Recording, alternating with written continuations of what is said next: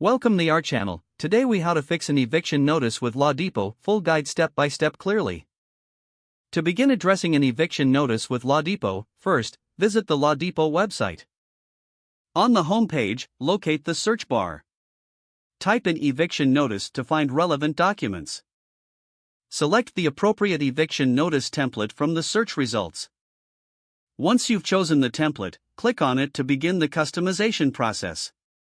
You will see a series of questions regarding the details of your situation. Carefully read each question and fill in the required information. This typically includes the landlord's name, tenant's name, and the reason for eviction. Ensure that all provided information is accurate and complete. After filling in the necessary details, review the document for any errors or omissions. Make any necessary corrections before proceeding. Once everything looks good, proceed to the next step to generate the document. You might be prompted to create an account or log in if you haven't already.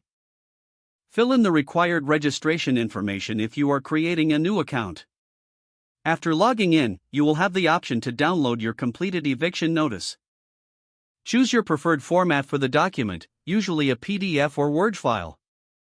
Save the document to your device for your records. Next, make sure to sign the document where indicated. You may need to print multiple copies, depending on local laws and requirements. Finally, deliver the eviction notice to the tenant according to legal guidelines in your area. This may involve sending it via certified mail or delivering it in person. Keep a copy of the notice for your records after delivery. Follow up as needed to ensure the tenant has received the notice. If the page does not load, refresh the browser or try again in a private or incognito window. Make sure you are using the correct email address, then retype it carefully to avoid small typos.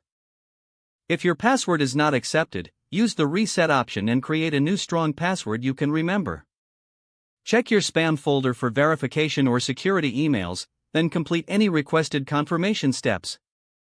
Enable two-factor authentication if available to improve account security and reduce unauthorized access risk. Don't forget to like this video and subscribe to our channel for more step-by-step tech guides.